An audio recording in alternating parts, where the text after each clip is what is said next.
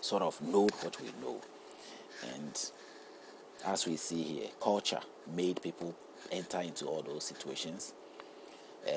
Religion took part into it. There is anywhere that these things will happen, that religion were outside.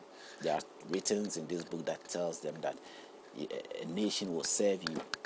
The Jewish were told the same thing. Now, if the Europeans got hold of this book and they also want to, as Gentiles, they are open through the words of Paul that they also have been saved by Jehovah, because as Jehovah said, you worship me honestly and truthful, then I'll bless you. They saw all these words. They saw that if you denounce yourself and confess to me, and I will embrace you, and I'll also be with you and follow my rules, and I'll bless you. And they were doing that, and so the Spirit then blessed them and opened their doors for them. And the same application was the same words that was told to the Jews. They see the same words there, and the same words is telling them that you'll be served by another, And in that situation, they have ended up businessmen have ended up in Africa, and they've seen black-natured people.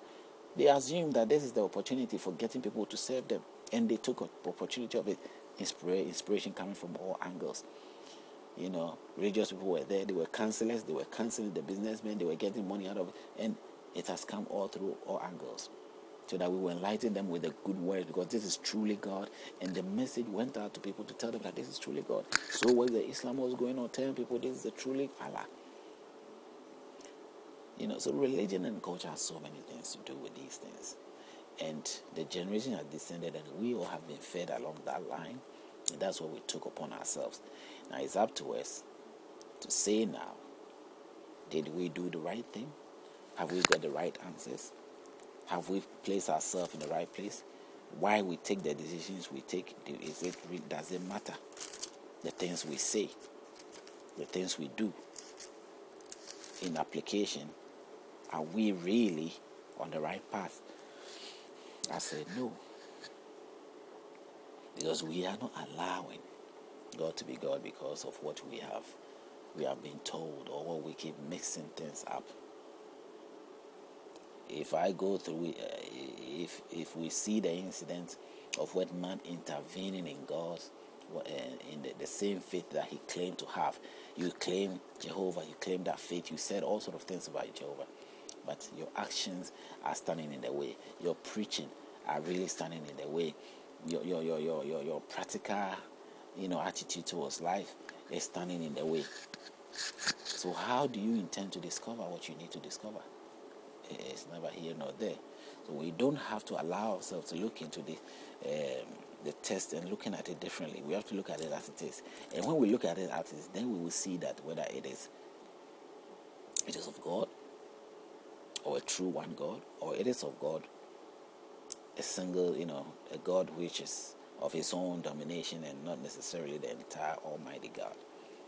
And the proof will be coming up gradually, I believe as time goes on. Then we will know that the true God will not say certain things that we have been held on to. And the true God, if he says something, that things might happen, it will happen. But even that time, they were intervening. They didn't want it. They didn't even believe it's going to happen.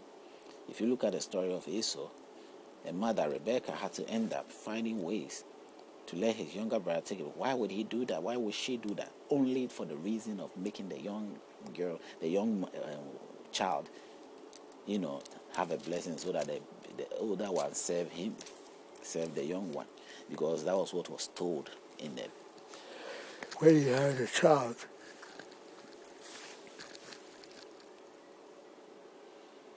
Now we look to 26, Abimelech, the same king that his Isaac channeled through. Now Isaac has also gone through there.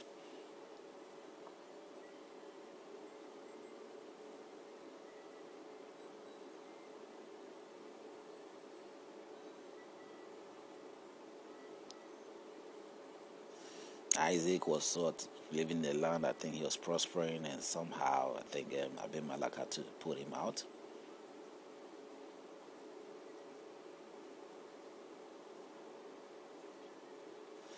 And he somehow protected in a different approach, because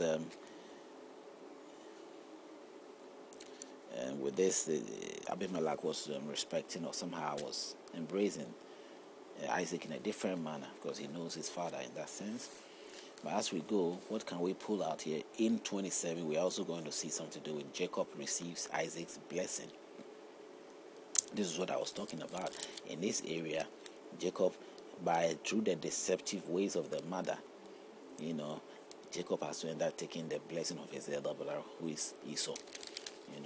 And that was the situation. Esau was later blessed, but still, Jacob took the blessing.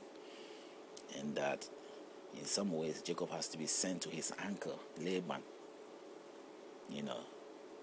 for what do you call it? That's the uncle. Uncle is what I think the sister, her mother's brother. They were born to Nahor or something like that. That's what Isaac, Abraham. Isaac also had his wife Rebecca from. So they had to go back to the family and marry a cousin. Another blood related. That's how it is. Just like it happened to Isaac. He had to go marry from his father's house, one of his cousins. First cousins. It's not just a sister, a brother to you. And the same thing happened here. He also had to send his son Jacob. Rebecca insists for him to go to his family and marry one of his cousins. And that was the situation. I mean, is it different if we claim this is the faith we fall for? Why aren't we? Why are we having problems in carrying or incest problems? This is incest. It is carried. It is being done here in this book.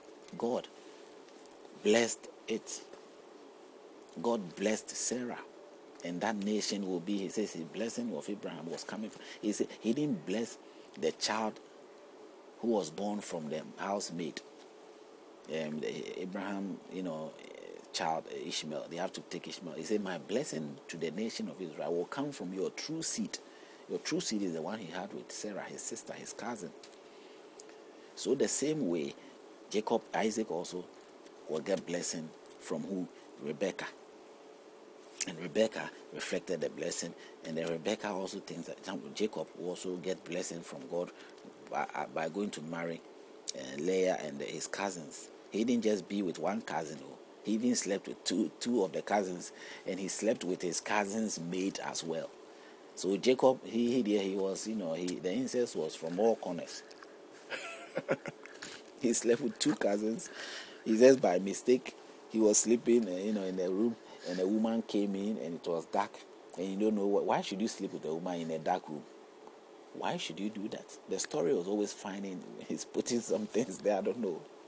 In the morning, he realized that it wasn't the wife he was looking for, because their procedure of marriage or putting people to the guy, they cover their face. Even today, in the Islamic world, I believe they also practice that, because they are all the same. They are all the same group of ethnic people. I don't know why they have those differences in them, because everybody has its own storyline. You're going to marry a woman, you don't even see the woman's face, whether he's got a scar on her face, whether she's the woman you want. You've not slept with her before. You can't even tell whether you will like her after sleeping with her or you will not like her. You are bound to marry her. That is what the Christians also follow through today. Marry a woman, because the teachings is telling you, marry the woman, even if you don't even know that after both of you sleep together, you will have to be with each other. You don't know that, because you're thinking of fornication. And when it comes to that, it's so strange and so, and it is so funny that when it comes to that, then the group is trying to use the laws. They want to put the practice of the laws in place. Now, when it comes to that, people are now thinking about we have to follow the law in order to establish, a good person to be with us. I don't know why we pick that, and at some point we don't even want to see the law or follow the law. Then when it comes to Jesus Christ, they say, Jesus Christ died for us, so that one, the law doesn't matter. I can do whatever I have to do.